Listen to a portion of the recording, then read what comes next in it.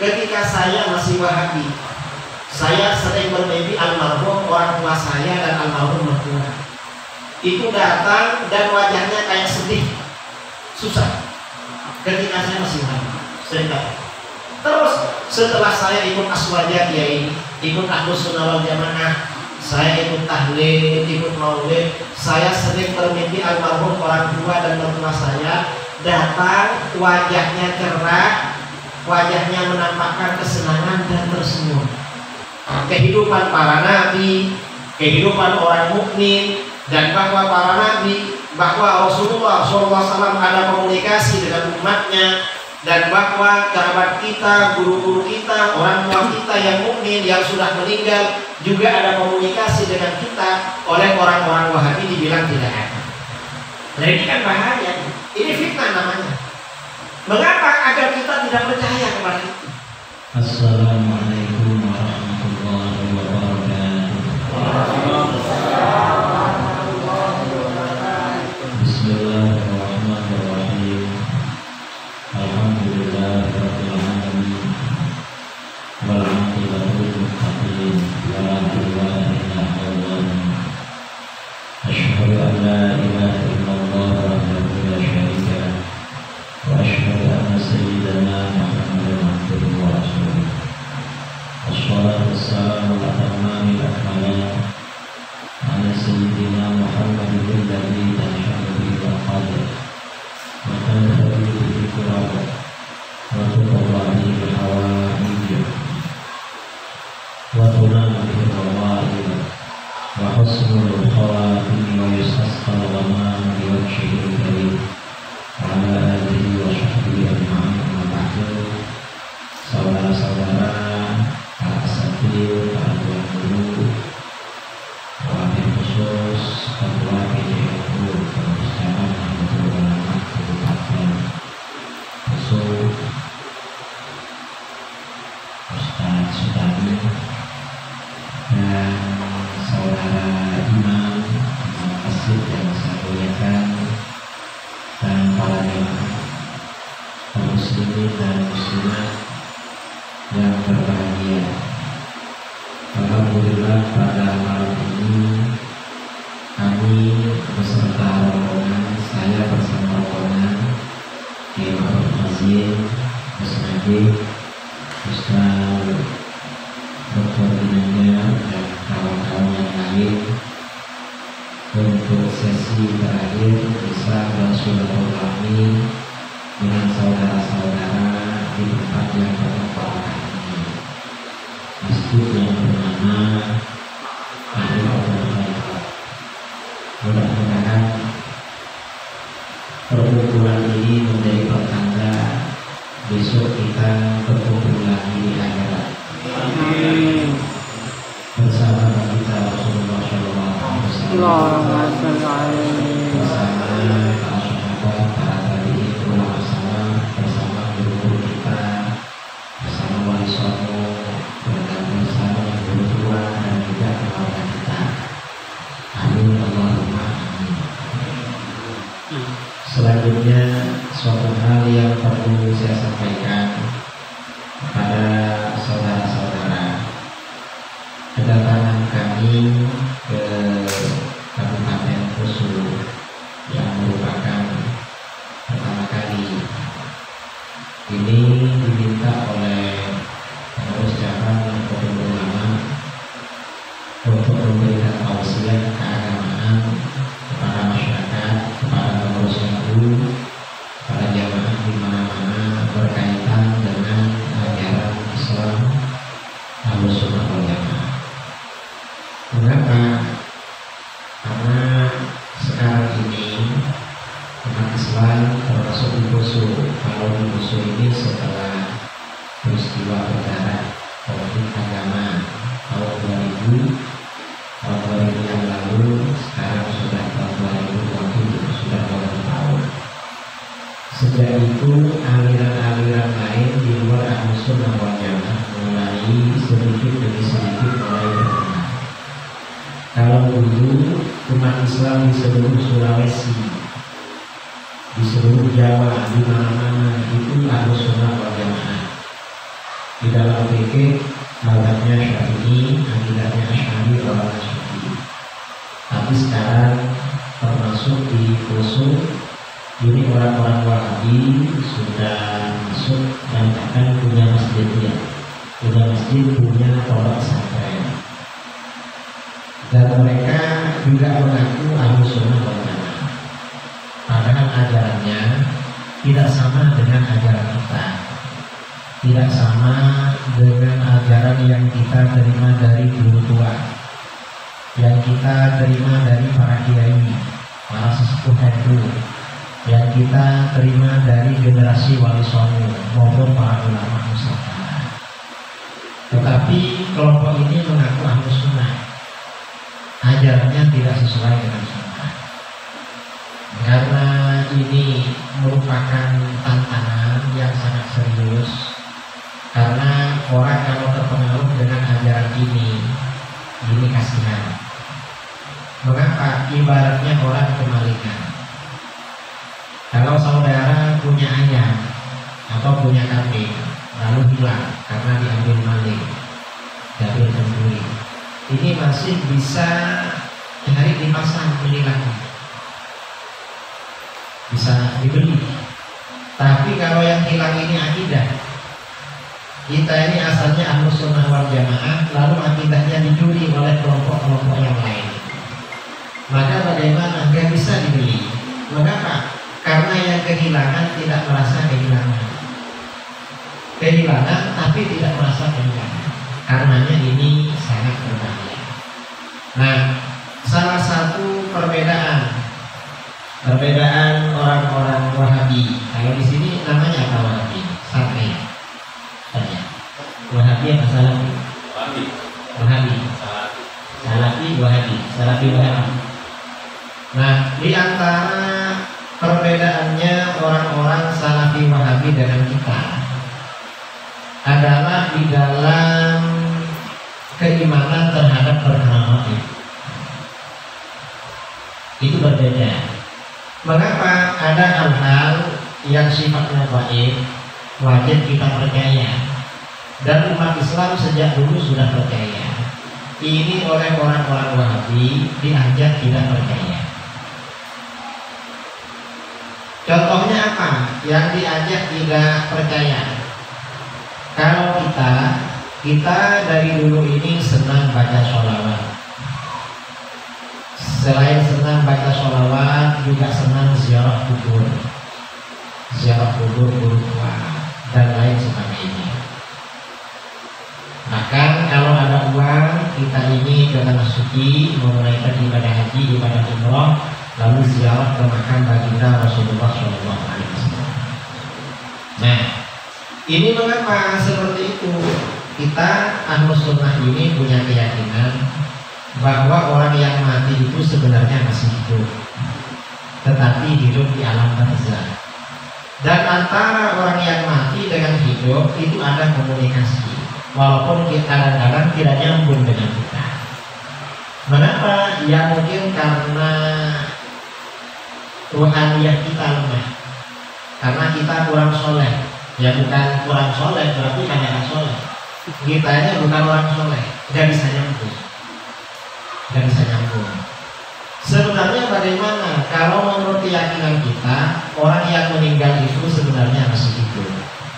Kalau menurut orang Wahabi, kalau mati ya mati, nggak perlu ziarah kubur, nggak ada gunanya. Itu kalau menurut mereka. Kalau kita tidak. Mengapa? Di dalam Al-Quran diterangkan, Allah Subhanahu wa Ta'ala berfirman di dalam Al-Quran, wa qul i'malu fasayarallahu 'amalakum wa rasuluhu wal mu'minun. Katakan Muhammad, lakukan apa saja yang kalian mau. Ini perintah, tetapi maknanya ancaman. Maksudnya bagaimana? Jangan semaunya berbuat, karena di dunia ini pasti ada urusannya. Jadi kalau ada perintah tapi perintahnya bebas, itu berarti bukan perintah, nakut-nakuti. Katakan Muhammad, lakukan apa yang kamu mau. Fasayarallahu 'amalakum. Maka Allah pasti melihat amal perbuatan kamu. Artinya semua apa yang kita lakukan Allah tahu. Masalah ini sudah maklum. Kita meyakini Allah tahu semua perbuatan kita. Kemudian dalam ayat itu wa rasuluhu, Rasul juga melihat perbuatan kamu.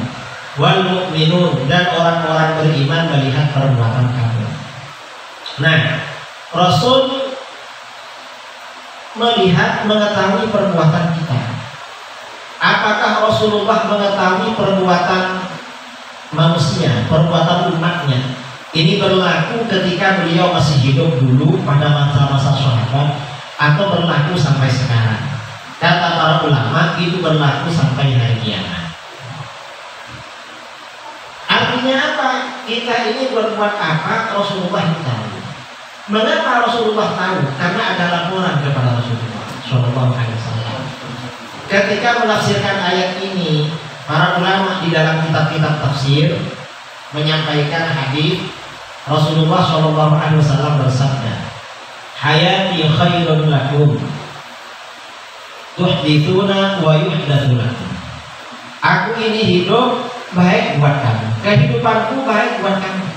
Ketika Rasulullah ini masih hidup, kebaikan bagi umat.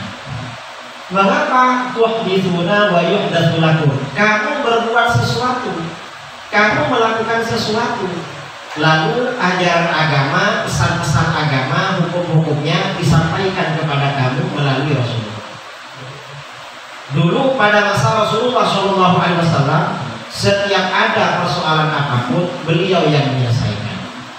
Ini ketika beliau masih hidup. Kalau Rasulullah sudah wafat, bagaimana? Kalau yang baik itu cuma ketika Rasulullah masih hidup, gimana kalau beliau wafat? Ternyata di dalam hadis ini dilanjutkan oleh beliau, wa mamati khairun lakum. Kematianku, meninggalku juga baik buat kamu. Aku meninggal baik buat kamu. Mengapa baik? Tu'radu alayya a'malukum. Amal perbuatan kamu diperlihatkan kepada. Artinya apa? Apa yang kita lakukan ini dimonitor oleh Rasulullah Shallallahu Alaihi Wasallam. Fama wajadtu min khairin hamidullah azza wa jalla. Apabila perbuatan kamu baik, aku memuji kepada Allah. Oh, ini orang-orang NU di khusus sangat bagus. NU-nya jalan, menyebarkan faham ahlus sunnah wal jamaah. Rasulullah senang. Wa ma wajadtu ghayra dzalik istaghfartu lakum. Kalau aku menjumpai perbuatan kamu tidak baik, aku doakan Allah mengampuni dosa kamu. Nah, ini artinya apa? Berdasarkan ayat ini dan hadis ini, Rasulullah Shallallahu Alaihi Wasallam mengetahui dan memonitor perbuatan kita. Kalau zaman dulu mungkin ada yang bertanya, gimana ya Rasulullah itu memonitor perbuatan kita? Kenapa? Rasulullah ada di Madinah, kita ada di Khusus. Itu dulu. Tapi untuk zaman sekarang pertanyaan ini tidak perlu. Mengapa? Sekarang ini sudah ada handphone Android. Ada Android, kemudian di HP Android ini ada internet, ada YouTube, ada Facebook, ada WhatsApp. Dengan melalui HP Android ini kita bikin acara di sini, lalu diadakan live streaming ke YouTube atau ke Facebook atau kemana-mana. Apa yang terjadi? Seluruh dunia dapat mengawasi, mengikuti, mengetahui, memonitor apa yang kita lakukan. Padahal ini hasil rekayasa ciptaan manusia. Gimana kalau yang merekayasa itu adalah Allah? Sudah pasti lebih canggih dari itu. Ini masalah komunikasi Rasulullah SAW dengan umatnya. Nah, karena Rasulullah ini tahu masalah seperti ini, maka bagaimana? Di dalam hadis lain Rasulullah SAW bersabda, man shalla alayya inda qabri sami'tuhu wa man shalla alayya min ba'id u'limtuhu atau bullightuhu. Siapa yang bersolawat kepadaku dari samping makamku. Ada orang Kusum datang ke Madinah, sampai di makam Rasulullah SAW, lalu menyapa beliau, as-salatu wassalamu alaika ya sayyidi ya Rasulullah. maka Rasulullah mendengar secara langsung. Loh, orang khusus kesini. Ini kalau kita mengucapkan salam dari dekat maka dia. Nah, ini artinya apa? Ini artinya motivasi agar kita ada rasa rindu untuk ziarah ke makam dia. Mengapa? Kita ini kan mencintai Rasulullah sallallahu alaihi wasallam. Dan Rasulullah sudah pasti mencintai kita karena kita umatnya. Ya, namanya orang yang cinta pasti ada keinginan agar suaranya didengar oleh orang yang dicintai. Karenanya kalau ada uang ya perlu ke tanah suci ya. Cuma sekarang lagi COVID, nggak bisa umroh. Tapi jangan khawatir, walaupun nggak bisa umroh ke sana. Mengapa? Di dalam hadis dikatakan wa man shalla alayya min ba'id bunyatuhu. Siapa yang bersolawat kepadaku dari tempat yang jauh dari musuh, itu disampaikan kepada Rasulullah memonitor Rasulullah. Dan ini karena memang Rasulullah SAW ini tahu apa yang terjadi kepada umatnya di mana-mana. Rasulullah itu tahu. Maka bagaimana? Kadang-kadang ada isyarat melalui mimpi dari beliau Sallallahu Alaihi Wasallam. Ketika suatu bangsa, suatu komunitas, seseorang mengalami persoalan, Rasulullah SAW kadang-kadang dalam kitab-kitab hadis ya, misalnya di dalam kitab Syiar A'lam An-Nubala atau dalam kitab Tahdhibut Tahdhib atau Tahdhibul Kamal atau kitab-kitab yang lain. Dulu ada ulama besar namanya Imam Ya'qub bin Sufyan Al-Fasawi. Imam Ya'qub bin Sufyan Al-Fasawi ini seorang ahli hadis yang semasa dengan Imam Al-Bukhari. Hafalannya ratusan ribu hadis. Suatu ketika Imam Ya'qub bin Sufyan Al-Fasawi ini ketika sedang mengembara mencari ilmu sampai di suatu negeri, bekalnya hampir habis. Dulu itu orang kalau berangkat mondok itu gak dikirim sama orang tuanya. Mengapa? Ya karena mondoknya jauh-jauh dan gak ketemu apa masih di situ atau sudah pindah. Biasanya mau bekal secukupnya. Nanti kalau udah mau habis pulang dulu. Sampai di suatu negeri yang jauh, bekalnya hampir habis. Sementara di negeri itu ada seorang ulama besar yang perlu dikaji ilmunya sebanyak-banyaknya. Maka bagaimana Imam Ya'qub Al-Fasawi ini belajarnya di forsir siang malam. Kalau siang beliau ini ngaji terus para gurunya.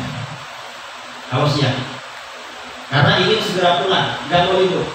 Kalau malam semua pelajarannya selama sehari oleh beliau mencatat pelajaran. Karena siang malam tidak tidur dapat beberapa hari. Ketika Imam Ya'qub ini sedang menulis dan belajar, tiba-tiba kedua matanya mengeluarkan air. Karena kurang tidur. Setelah mengeluarkan air, tiba-tiba suasana gelap. Apa yang terjadi? Beliau ini buta. Karena berhari-hari tidak istirahat. Setelah buta, beliau memikirkan nasibnya gimana ini. Kampung halaman saya jauh. Bekal hampir habis. Sementara sekarang buta. Gimana caranya pulang? Terus bekalnya bagaimana? Nangis beliau. Sedih, susah, mudah gimana? Di tengah kesedihan itu beliau tertidur. Karena kecapean ya tertidur. Ketika tidur beliau bermimpi didatangi baginda Rasulullah SAW. Rasulullah bertanya, ada apa Ya'qub? Kaifa ya Ya'qub, ada apa Ya'qub? Rasulullah, saya ini buta, gak bisa melihat. Kampung saya jauh, bekal saya hampir habis. Dan itu gak masalah. Tapi yang menjadi masalah bagi saya, kalau saya buta begini, maka saya tidak bisa lagi mencatat hadis-hadis, menyampaikannya kepada masyarakat. Saya berat sekali ini Rasulullah. Akhirnya apa? Kata Rasulullah SAW, kamu jangan khawatir Ya'qub, kamu saya tolong. Lalu Rasulullah di dalam mimpi itu baca-baca sesuatu, kemudian bacaan itu ditiupkan ke matanya Imam Ya'qub Al-Fasawi. Lalu Rasulullah bersabda, kamu sudah sembuh Ya'qub, nanti bangun kamu selesai. Begitu Imam Ya'qub ini bangun dari tidur, sudah sembuh dari buta. Mengapa? Ya karena beliau dekat dengan Rasulullah. Sehari-hari kerjanya baca sholawat, mencatat hadis beliau. Ketika ada persoalan didatangi. Jadi kita ini jarang baca sholawat, jangan didatangi. Dan memang kurang cinta yang kurang banyak melakukan pengabdian. Yang datang dalam mimpi yang sering kita pikirkan. Itu yang sering kita pikirkan biasanya datang dalam mimpi. Ada seorang santri tanya kepada Abuya Syekh Muhammad bin Alawi Al-Maliki, Abuya, gimana caranya kalau ingin bermimpi Rasulullah? Kamu yang banyak makan ikan laut. Akhirnya banyak makan ikan laut. Setelah banyak makan ikan laut, sering bermimpi ikan laut. Akhirnya lapor Abuya, gimana? Saya kok sering bermimpi ikan laut? Ya iya, karena kamu banyak makan ikan laut, banyak cari ikan laut, banyak mikir ikan laut. Nah terus, kamu kalau ingin didatangi Rasulullah, jangan sampai melupakan Rasulullah. Pikiri terus. Ini ulama-ulama dulu, ya. Ini artinya apa? Rasulullah itu masih hidup. Ini Rasulullah. Lalu kemudian di dalam ayat ini, wal mu'minun, orang-orang beriman juga mengetahui perbuatan kita. Siapa yang dimaksud orang-orang beriman yang mengetahui perbuatan kita? Apakah orang-orang soleh, para aulia yang masih hidup? Bukan hanya itu, para aulia, orang-orang soleh yang masih hidup kadang mengetahui apa yang kita kerjakan walaupun kita tidak berbuat di hadapan beliau. Itu para aulia. Tetapi kata para ulama, yang dimaksud orang-orang beriman mengetahui perbuatan kita, orang-orang beriman yang sudah meninggal dunia.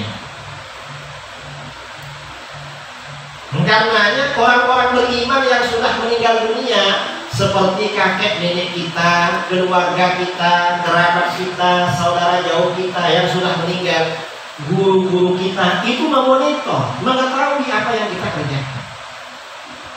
Karenanya ketika menafsirkan ayat ini, para ulama, di antaranya Imam Ibnu Katsir dalam tafsirnya menyampaikan hadis Rasulullah SAW bersabda, Inna a'malakum tu'radu ala aqaribikum wa asyairikum minal amwat. Sesungguhnya amal perbuatan kamu diperlihatkan pada kerabat dekat kamu dan kerabat jauh kamu yang telah meninggal. Jadi apa yang kita lakukan oleh Allah diperlihatkan pada kerabat dekat, pada kerabat jauh, termasuk guru. Diperlihatkan.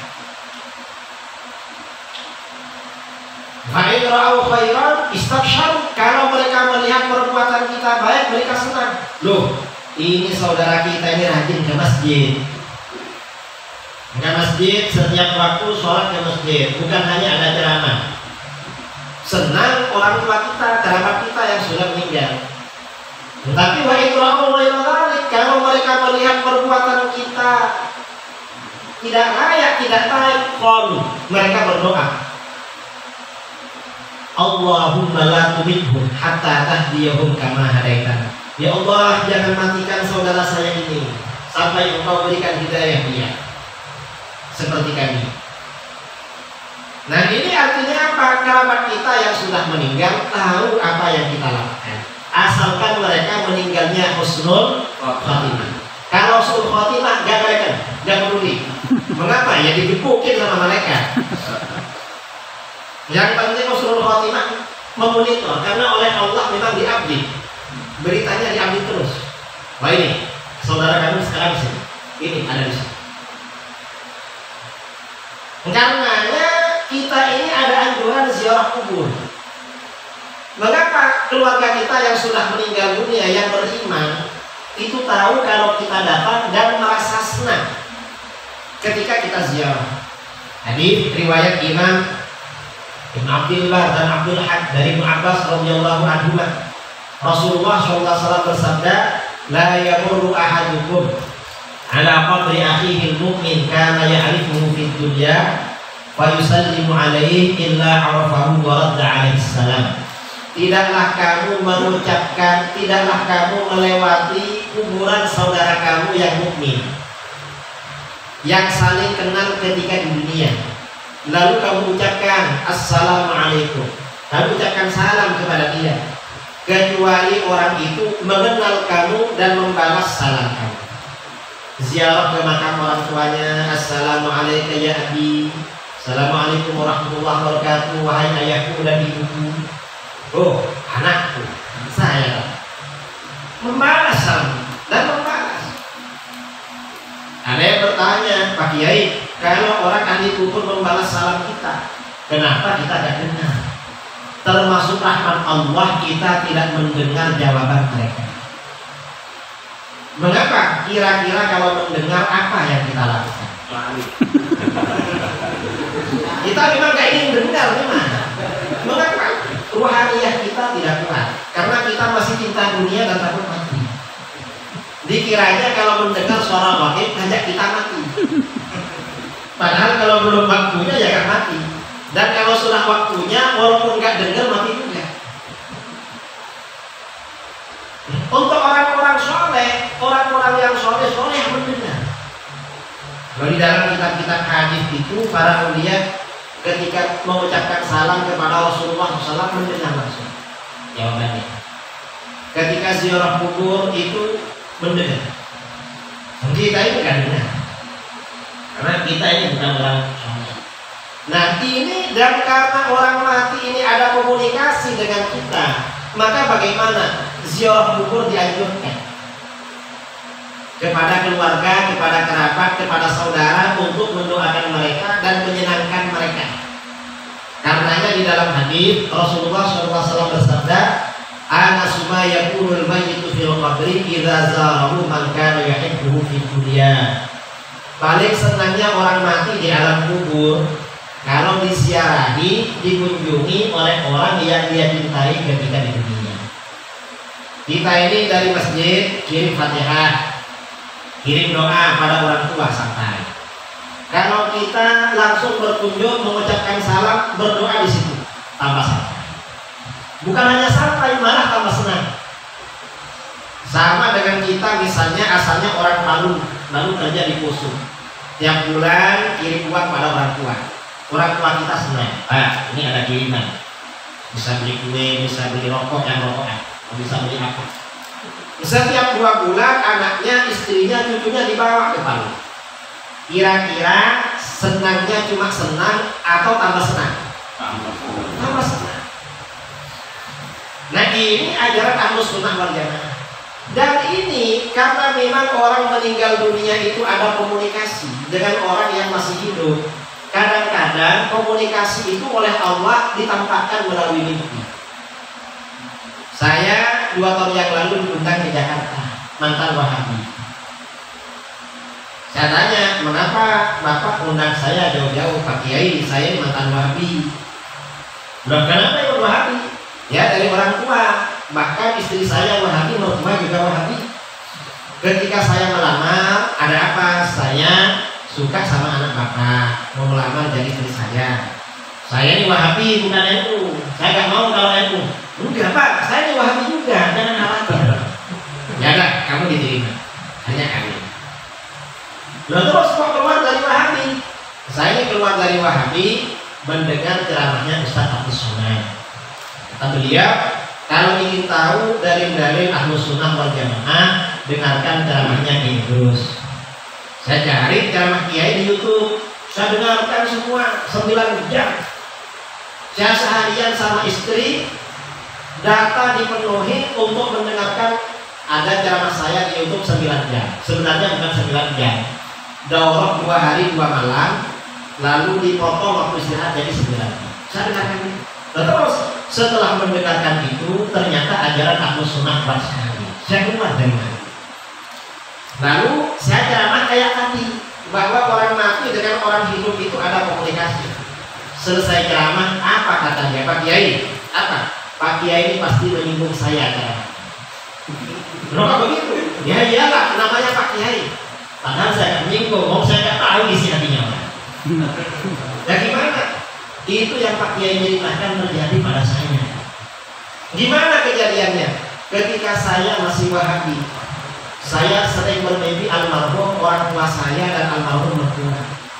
Itu datang dan wajahnya kayak sedih, susah. ketika saya masih lama.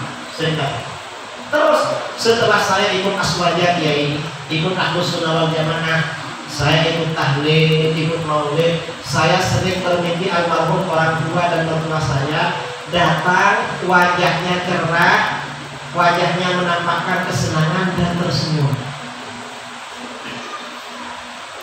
Nah, berarti kalau begitu kamu yakin? Iya Pak Kiai, masuk akal. Dan mimpi itu kan termasuk mubasyirat, termasuk berita gembira dari Allah Subhanahu wa taala untuk memberikan ketenangan kepada orang mukmin Ahlus Sunnah wal Jamaah bahwa ajaran yang diikutinya adalah benar. Di dalam hadis Rasulullah SAW bersabda, "Innahu lam yabqa minan nubuwwati illa al-mubasysyirat." Tidak tersisa dari kenabian kecuali berita gembira. Apa berita gembira itu? Ar-ru'ya as-salihah, mimpi yang baik. Ya seperti tadi. Nah, ini artinya apa? Antara orang mati dengan orang hidup itu ada komunikasi. Karena ada komunikasi, ya, kalau kita mengucapkan salam, mereka membalas kita. Maka bagaimana? Orang yang mati kalau didoakan, maka doa itu sampai. Mengapa sampai? Mereka hidup. Kalau kita baca tahlil, itu sampai kepada mereka. Dan ini banyak dalilnya. Ini orang-orang Wahabi bilang tahlil itu gak ada dalilnya. Bapak tahu gak ada dalilnya?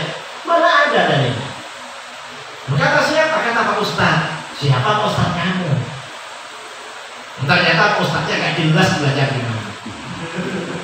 Ini mereka. Bilang gak ada dalil. Padahal ya dalil tahlil, dalil apa itu banyak. Kalau diterangkan dalil tahlil 1 jam gak cukup. Itu tahlil saja. Nah, cuma ini mengapa terjadi seperti itu?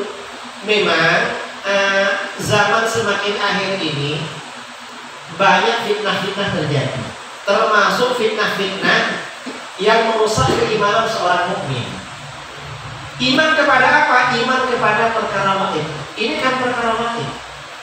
Di dalam Al-Quran ya, yang namanya Al-Muttaqin, Alif Lam Mim, Dzalikal kitabul la raiba fihi hudan lil muttaqin. Alif Lam Mim, kitab Al-Quran ini tidak ada keraguan bahwa Al-Quran ini benar-benar datang dari Allah. Dan Al-Quran ini petunjuk bagi orang-orang yang bertakwa. Siapa orang yang bertakwa? Alladzina yu'minuna bil ghaibi, orang-orang yang beriman pada perkara gaib. Wa yuqimuna sholata wa mimma razaqnahum yunfiqun. Orang yang beriman kepada perkara gaib. Perkara gaib itu artinya perkara yang tersembunyi, perkara yang tidak kelihatan dan tidak kedengaran, termasuk kehidupan alam barzakh, kehidupan para nabi, kehidupan orang mukmin, dan bahwa para nabi, bahwa Rasulullah SAW ada komunikasi dengan umatnya, dan bahwa kerabat kita, guru-guru kita, orang tua kita yang mukmin yang sudah meninggal juga ada komunikasi dengan kita. Oleh orang-orang Wahabi dibilang tidak ada. Nah, ini kan bahaya. Ini fitnah namanya. Mengapa? Agar kita tidak percaya kepada itu. Padahal ini dalilnya banyak di dalam Al-Quran, di dalam hadis-hadis dalil-dalilnya. Karenanya seperti tahlil, kendungan itu dianjurkan memang dan bermanfaat. Mengapa? Mereka orang hidup. Orang hidup ini kita ini dikasih makanan, saya dikasih air, dikasih kue, dikasih uang, bermanfaat. Mengapa kita hidup? Ya cuma kehidupan alam barzakh. Karena alam barzakh ini kehidupannya secara gaib, maka yang dikirimkan juga perkara gaib. Apa perkara gaib? Yaitu pahala yang dikirimkan. Ya kalau dikirimi nasi misalnya, bawa makanan taruh di kuburan, ya kan bakal dimakan. Mengapa? Itu hidupnya di alam gaib. Kita ini hidupnya di alam zahir, kan bisa. Beda. Ini ada kawan bertanya kepada guru saya, Ustaz, apa? Katanya tulang itu dimakan oleh jin, makanannya jin. Iya. Tapi kok tulang di belakang rumah itu kok tetap aja. Ya memangnya jin itu kayak kamu kalau makan. wajib makhluk wajib, maka makannya secara wajib. Kita nggak tahu apanya yang dimakan. Kalau makannya kayak kamu, berarti bukan barang wajib. Karenanya ada orang misalnya punya uang di rumah hilang, kok dibawa barang wajib? Bukan barang wajib yang bawa itu, kelihatan yang bawa. Karena barang wajib nggak perlu uang. Yang perlu begitu. Kalau barang wajib yang diperlukan juga wajib. Dunianya beda. Karenanya tahlil, kenduri, mendoakan orang mati itu bermanfaat semua. Ini inti ajaran Ahlus Sunnah wal Jamaah yang perlu kita tahu. Kadang-kadang orang-orang Wahabi bilang nggak apa-apa ziarah kubur, terus tapi jangan hari raya. Lalu mengapa? Karena hari raya itu bid'ah. Padahal mereka di luar hari raya nggak pernah juga ziarah kubur. Lalu ketika mereka dikejar, kenapa hari raya? Hari raya itu untuk bersenang-senang. Kalau kita ini ke kuburan berarti kan bersedih-sedih. Terus siapa yang sedih? Kita walaupun ziarah kubur hari raya pakai baju baru, istri anak kita baju baru, gak ada yang sedih, gak ada yang nangis, apalagi menangis sambil meraung-raung, gak ada. Mereka ini suka ngarang, dianggapnya kalau kita ke kuburan bersedih. Nah, sekarang ini karena masyarakat ini memang imannya kita iman semakin tipis. Jangankan ziarah kubur, ada tetangga mati sambil gali kuburan, gak ada yang sedih sambil tertawa ya. Jadi ingat kalau dia juga akan mati. Apalagi cuma ziarah kubur. Ya, orang-orang Wahabi jangan. Ini mengapa seperti itu? Ini tujuannya agar kita kalau meninggal, anak cucu kita agak ziarah pada kita. Agar anak cucu kita tidak mengucapkan salam pada kita. Agar keluarga, orang-orang kita tidak membacakan tahlil pada kita. Kita ingin dibikin sengsara oleh mereka. Ini ajaran Wahabi. Hanya kita ini yang perlu berhati-hati dengan paham-paham yang berkembang di masyarakat sekarang ini, termasuk paham Wahabi.